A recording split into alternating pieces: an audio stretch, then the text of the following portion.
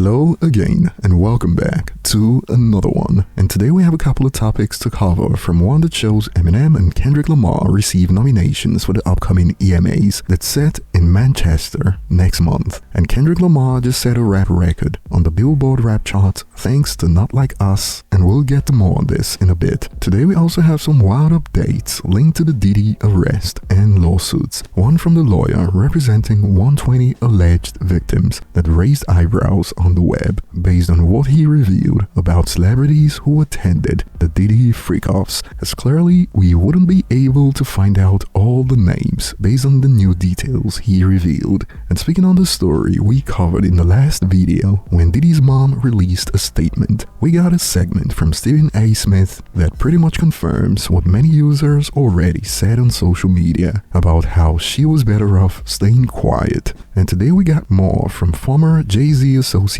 Dame Dash, who recently shared his thoughts on how pause may have saved his life in the music industry. Stick together. Pause.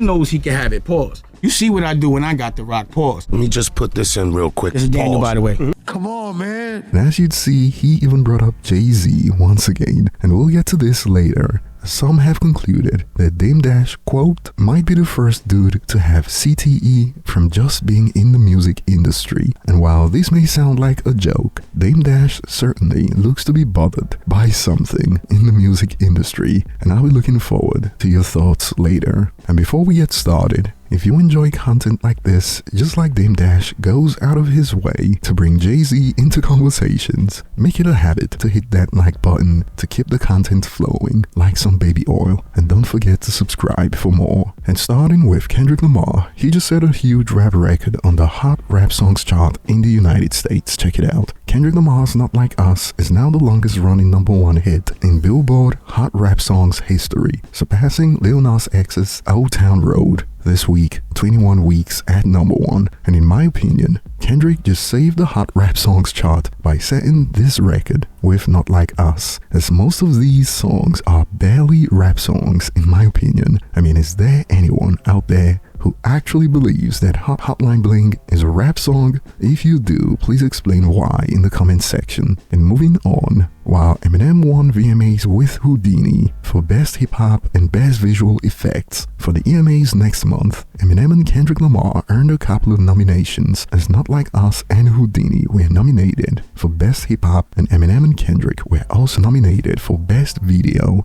and Eminem and Kendrick were nominated for Best Hip Hop. That included Central C, Megan Thee Stallion, Nicki Minaj, and Travis Scott. And votes are open for the category of Best Hip Hop. And moving on, following Diddy's mom's statement about how he's not a monster, we got Stephen A. Smith pretty much break down why it wasn't a great idea to release that statement. Check out a snippet from the Stephen A. Smith show. He's got to prove his innocence. And until he does that, none of what you said applies, Mama Combs. Do you know why? Because your mama.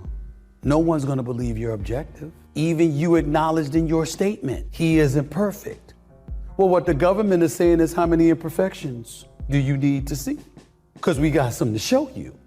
What are those imperfections? You're talking as if you know. Well, there are many people that do things wrong. And the last people who would know are their parents, because that's the last people they would want to see them doing the wrongdoings. They said freak-offs. You're not implying that you knew about those things, are you? You're not doing that. No mother would. Any man that I know throughout life that is engaged in any level of promiscuity whatsoever, mama might know in general, but she ain't an eyewitness to it, because the last person you want to see that kind of behavior is your mama. I am not rooting for anyone innocent to go through what P. Diddy is going through. And if he is innocent, I pray that he is. I wish him nothing but freedom and the best, and to go on with his life if he's innocent. But if he's guilty, there are a plethora of victims. All I'm saying is, the last person who would know about such details, the last person who would know that on the part of a man is his mama. And this sparked some interesting reactions, like May said everything Diddy owns is on her name, so she had to know something. Personally, I didn't know this, but I know Gene Deal said the same thing on The Art of Dialogue. But check this out, bro. Do you ever think of this? Why did Diddy put everything in his mom and his son's name? Did he know that he was doing some things behind the scene? Or did he know that some things was going on that may bring it to this point where people be trying to sue him, but everything is in Justin's name and everything is his mama's name? Did he know that? Because when you're a grown man, you want to own some things.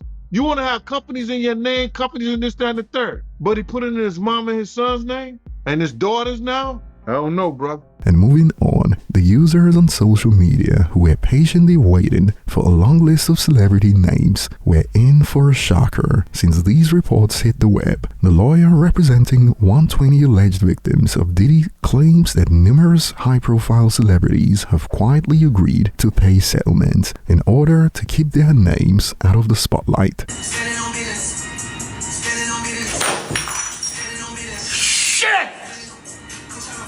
And this came from TMZ when the lawyer was asked about the other high-profile names who could be involved, and this was also when the lawyer expanded on how they've reached out to some celebrities who would rather settle out of court. Check out a snippet from TMZ. Do they involve just Diddy? People beyond Diddy? I think I'll let the lawsuits speak for themselves. Everyone's focused on what other celebrities were involved, who's going to be named, who's going to be outed. I don't expect that to happen this week. I'm hoping to file some lawsuits this week. Of course, we'll include Mr. Combs and some corporate entities, but we want to make sure that if we name individuals beyond Mr. Combs, that we make sure that we've done our homework, because it's going to create a firestorm. We understand that. The truth is, I want to be clear about something. If you were attending one of these parties, if you will, and you attended before, or you knew what was going to happen. That is, you knew that a particular drug was being used in drinks that was causing people to be coerced and taken advantage of, and you were there in the room, or you participated, or you watched it happen and didn't say anything, or you helped cover it up. In my view, you have a problem. And as we file each one of these cases, we're going to make an effort to resolve them on the front end. But failing that, we're going to file public lawsuits and pursue these cases aggressively. I want to be clear about the scope of this. A lot of people attended these parties. A lot of people saw this activity going on. A lot of people allowed it to go on, said nothing, didn't intervene, maybe benefited from it, profited from it. All of these individuals and entities, in my view, have exposure here. Are we talking about celebrities on the level of Diddy? I would expect so, yes. Have you sent any demand letters out to, say, other celebrities beyond Diddy? We have, and I want to explain that process because it's important. We collect our data, collect our evidence, do our due diligence, spend time with the victim, and because it's in the best interest of the victim, we attempt to resolve these matters without the filing of a public lawsuit. And we have done that already. We've done that, I would say, with a handful of individuals, many of which you've heard of before, and we'll continue to do that. So as you heard, since these are civil lawsuits, if they had enough on their hands, they reached out to the parties involved and tried to resolve matters without filing a public lawsuit. And many users on social media are pissed off by this update. This blew up, for instance. They should not be allowed to pay settlements to avoid a criminal charge. Well, the lawyer previously stated this about alerting the feds depending on if the client feels comfortable. And you should know, to the extent the clients feel comfortable, we also intend to make these individuals available to the authorities, specifically to the FBI.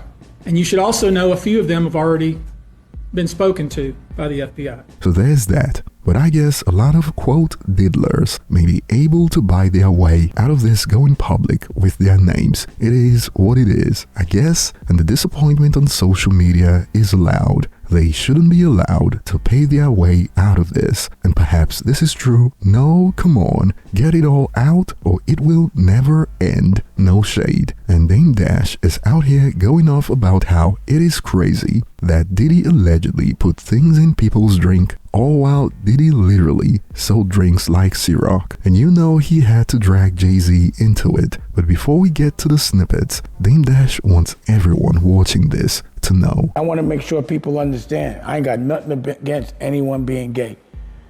But if you are gay and you're telling people you're not, I don't think that's fair. Or if you're gonna put stuff in somebody's drink and then you want them to wake up gay, that's crazy. And here's what he had to say about Diddy allegedly spiking drinks all while he sells Ciroc. Check out snippets from America New Network. What's crazy to me is if his hustle is putting stuff in people's drink, he made a liquor. I mean, that's the illest shit in the world. That everybody was partying and you don't know what was in that drink. And if he was, undercover gay, because I didn't know it. And obviously, if he was knocking men out and they were waking up violated, he's making somebody gay that doesn't want to be gay. So I'm like, what was in them drinks? And then I'm starting to think like, damn, when did hip hop start to lose its masculinity? When did dudes, and again, no disrespect to nobody, but like tough niggas started wearing dresses and pocketbooks. Like maybe that could be the reason. And I'm just thinking it through. Like maybe that could be the reason why hip hop took a turn for the feminine. Cause that shit, if homie was really putting shit in people's drinks and he's making the liquor, and again, I don't know. And I'm not even saying it to be funny, but they saying, homie was putting shit in motherfuckers' baby oil. How could you trust that person to serve you drinks at such a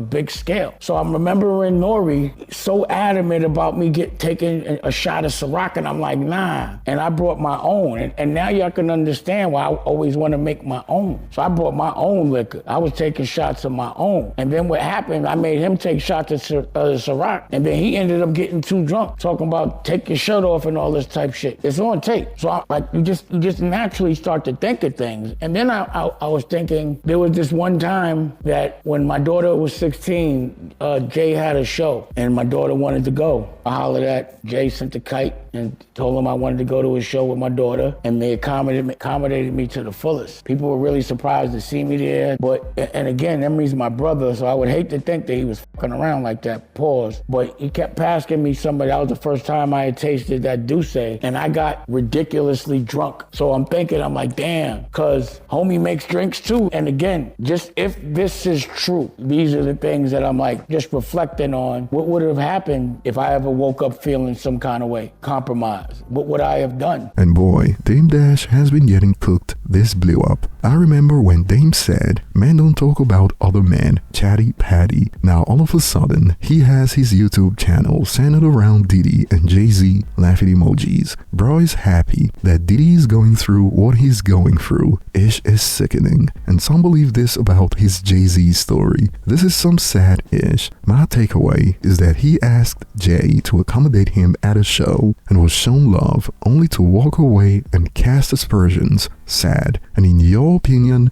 does Dame Dash sound like someone who wants JayZ not to go through what Diddy is going through right now? I know he says he doesn't want the allegations to be true about JayZ, but what do you think? Save it for later. And before we get to more from Dame Dash, based on that snippet, some have concluded that Dame Dash is going out sad. Come on, Dame, shake my head. He's going out real freaking sad. I remember I used to love watching his interviews on Hip Hop Motivation, but something has changed. He's not the same guy. He comes across super bitter and hateful. It is too much. But that's not all, as we got another segment that sparked reactions about how Dame Dash may be the first to have gotten CTE from the music industry. Check it out. And then I'm thinking like, damn, everybody's gay? Or like how many people are holding this secret that I knew? And you got to think about something. Like I and my crew, we started Pause. So to me, I'm like, damn, Pause might have really saved my life, or at least made it where people understood my boundaries. And that was the reason why we made up Pause. So you knew that there wasn't me having no double meanings, none of that playing. Pause. Now, if I'm saying Pause and everyone's laughing, but you really are kind of upset because undercover you may be gay, you probably hate me. So now it all makes sense to me. And because nobody's saying anything until further notice, to me, everybody that acted a certain way, and I'm trying to figure out why,